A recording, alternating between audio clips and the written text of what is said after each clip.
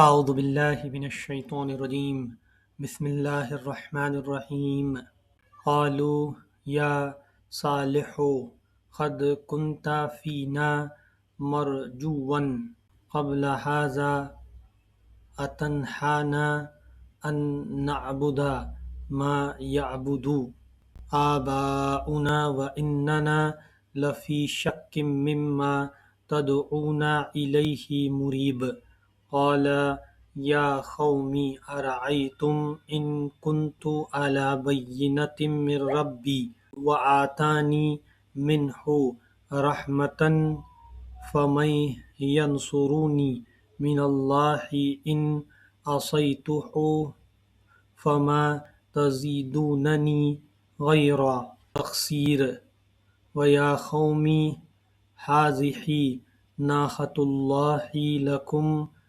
آیۃ فذروھا تأکل فی ارض اللہ ولا تمسوھا بسوء فیأخذکم عذاب قریب فعقروھا فقال تمتعوا فی دارکم ثلاثۃ ایام ذلک وعد غیر مکذوب فلما جاء امرنا نجینا صالحا والذین آمنوا معه برحمۃ منا ومن خزي ان ربک هو القوی العزیز وأخذ الذین ظلموا الصیحة فأصبحوا فی دیارہم جاثمین کأن لم یغنوا فیہا الا ان ثمودا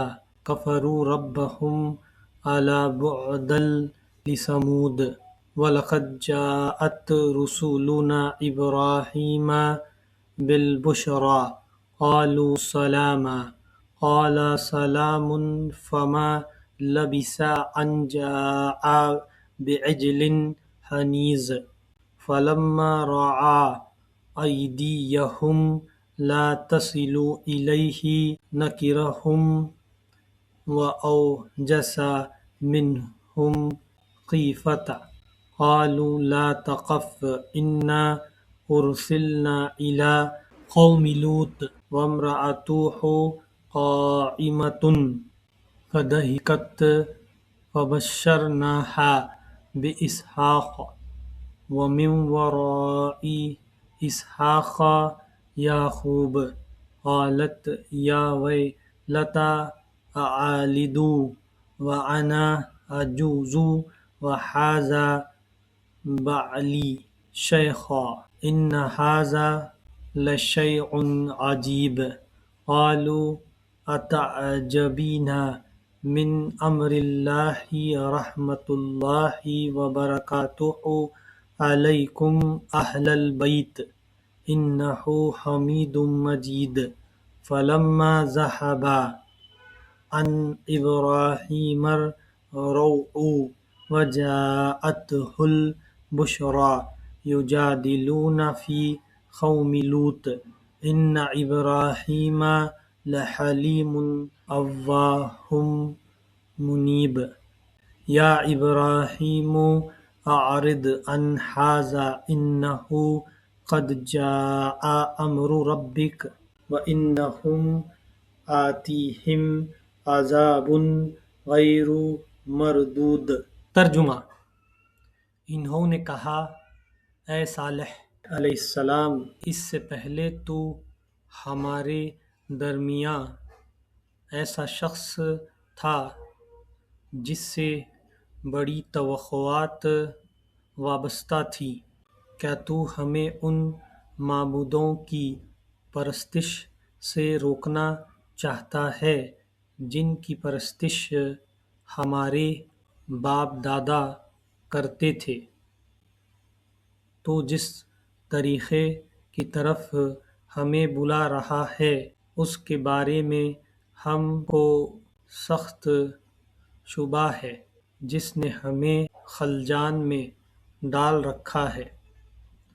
صالح علیہ السلام نے کہا، اے برادران قوم، تم نے کچھ اس بات پر بھی غور کیا ہے کہ اگر میں اپنے رب کی طرف سے ایک صاف شہادت رکھتا تھا اور پھر اس نے اپنی رحمت سے بھی مجھ کو نواز دیا تو اس کے بعد اللہ کی پکڑ سے مجھے کون بچائے گا؟ اگر میں اس کی نافرمانی کروں تم میرے کس کام آ سکتے ہو سوائے اس کے کہ مجھے اور زیادہ خسارے میں ڈال دو۔ اور اے میری قوم کے لوگو، دیکھو یہ اللہ کی اونٹنی تمہارے لیے ایک نشانی ہے، اسے خدا کی زمین میں چرنے کے لیے آزاد چھوڑ دو، اس سے ذرا تعرض نہ کرنا، ورنہ کچھ زیادہ دیر نہ گزرے گی کہ تم پر خدا کا عذاب آ جائے گا۔ مگر انہوں نے اونٹنی کو مار ڈالا۔ اس پر صالح علیہ السلام نے ان کو خبردار کر دیا کہ بس اب 3 دن اپنے گھروں میں اور رہ بس لو، یہ ایسی میعاد ہے جو جھوٹی نہ ثابت ہوگی۔ آخرکار جب ہمارے فیصلے کا وقت آ گیا تو ہم نے اپنی رحمت سے صالح علیہ السلام کو اور ان لوگوں کو جو اس کے ساتھ ایمان لائے تھے بچا لیا اور اس دن کی رسوائی سے ان کو محفوظ رکھا۔ بے شک تیرا رب ہی دراصل طاقتور اور بالادست ہے۔ رہے وہ لوگ جنہوں نے ظلم کیا تھا تو ایک سخت دھماکے نے ان کو دھر لیا اور وہ اپنی بستیوں میں اس طرح بے حس و حرکت پڑے کے پڑے رہ گئے کہ گویا وہ وہاں کبھی بسے ہی نہ تھے۔ سنو، سمود نے اپنے رب سے کفر کیا، دور پھینک دیے گئے سمود۔ اور دیکھو ابراہیم علیہ السلام کے پاس ہمارے فرشتے خوشخبری لیے ہوئے پہنچے، کہا تم پر سلام ہو۔ ابراہیم علیہ السلام نے جواب دیا تم پر بھی سلام ہو۔ پھر کچھ دیر نہ گزری کہ ابراہیم علیہ السلام ایک بھنا ہوا بچھڑا ان کی ضیافت کے لیے لے آیا، مگر جب دیکھا کہ ان کے ہاتھ کھانے پر نہیں بڑھتے تو وہ ان سے مشتبہ ہو گیا اور دل میں ان سے خوف محسوس کرنے لگا۔ انہوں نے کہا ڈرو نہیں، ہم تو لوط علیہ السلام کی قوم کی طرف بھیجے گئے ہیں۔ ابراہیم علیہ السلام کی بیوی بھی کھڑی ہوئی تھی، وہ یہ سن کر ہنس دی۔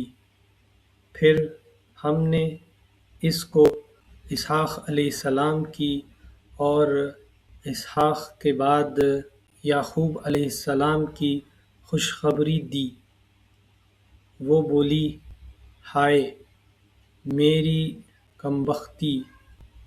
کیا اب میرے ہاں اولاد ہوگی جب کہ میں بوڑھیا پھوس ہو گئی اور یہ میرے میاں بھی بوڑھے ہو چکے؟